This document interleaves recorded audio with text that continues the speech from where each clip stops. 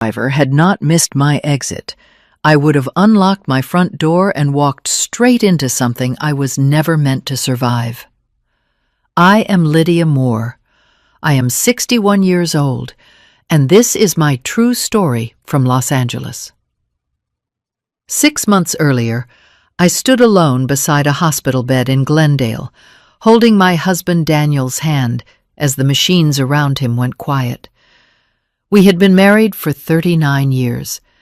He had taught high school history. I had worked most of my life as a legal assistant. When he died, the life insurance barely covered the medical bills and the funeral. What was left disappeared quickly into property taxes, utilities, and the cost of simply existing in a city that does not slow down for grief. I moved into a small, aging bungalow in East Los Angeles that Daniel and I had bought decades earlier when the neighborhood still felt like a promise. Now the paint was peeling, the streetlights flickered at night, and silence inside the house felt heavier than noise ever had. Our son lived in Arizona. He called when he could, but we were no longer close. Grief has a way of stretching distances that already exist. At 61, retirement was not an option.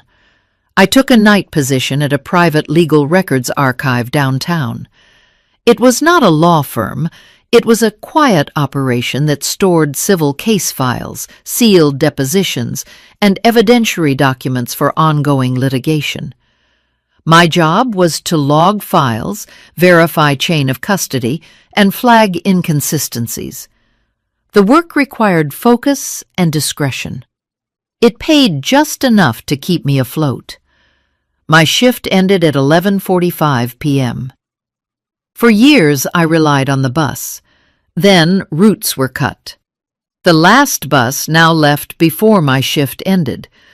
Walking through downtown Los Angeles alone at midnight was not something my body or my nerves could manage anymore. My son insisted I download a rideshare app. I resisted until I had no choice. That is how I met Aaron. The first time his dark sedan pulled up outside the archive building, I hesitated. It was late. The street was empty.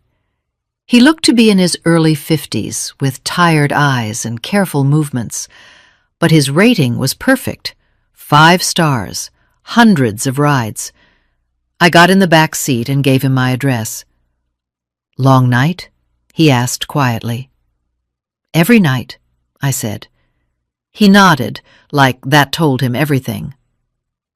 Over the next few weeks, Aaron was always the one who accepted my ride. Same nights, same time, same calm presence. He never asked personal questions. He never pushed conversation. But he noticed things. When I seemed shaken, when I was quiet, when I was cold. In October, I started bringing him tea, chamomile, poured into a travel cup from my own kitchen. The night shift left my hands trembling sometimes, and the warmth steadied me.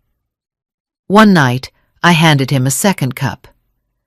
"You do not have to do that," he said. "I know," I replied, "but nights are long."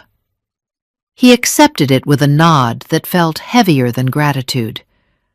By November, those 12-minute rides were the only time I spoke to another human being face to face. Aaron remembered my routine. He remembered the way my porch light flickered. He remembered which nights I locked my door twice.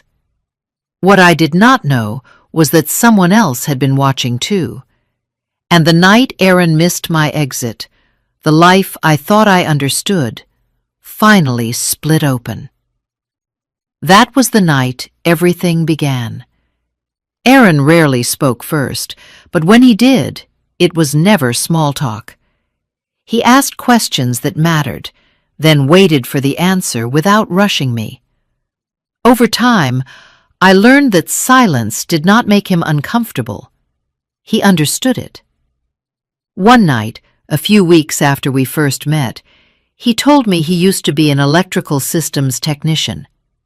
He worked maintenance for commercial buildings across the city for nearly 20 years. Then a scaffolding accident crushed 2 vertebrae in his lower back. The company settled. The job disappeared. Pain stayed. Driving nights paid the bills and kept him moving. It also allowed him to check on his mother every morning before sleeping. She lived alone now, her memory fading in unpredictable waves. Aaron adjusted his entire schedule around her needs.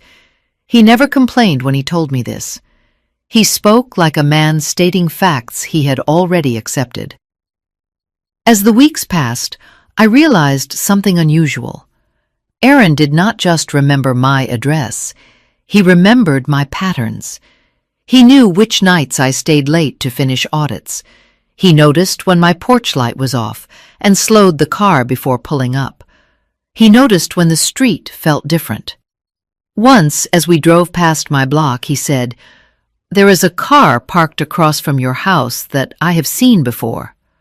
I laughed it off. Los Angeles is full of cars that never move. He did not argue. He simply nodded and kept driving.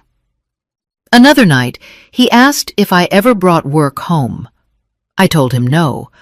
Files never left the archive. Everything was logged. Everything was tracked. He seemed relieved. By December, bringing him tea had become a habit. Sometimes I brought ginger, sometimes peppermint. I did not think of it as kindness. It was routine. It was something normal in a life that no longer felt normal. One night, rain fell hard against the windshield, blurring the city into streaks of light. I mentioned how quiet my house felt now, how even the walls seemed to remember my husband's footsteps. Aaron kept his eyes on the road. "My son used to say, the house sounded different when my father died," he said, "like it knew." That surprised me. "You have children?" I asked. "One," he replied, "a son. We do not speak anymore." He did not elaborate, and I did not ask, but his hands tightened slightly on the steering wheel. What I did not know then was that Aaron paid attention not only to me, but to others who mentioned me. Over the past month, he had driven a man who talked too much when drunk, a man who complained about audits, about missing files, about someone in records who was asking the wrong questions, a man who kept repeating my street name like he was memorizing it. Aaron had learned to listen years ago, after failing to listen once when it mattered. That failure had cost him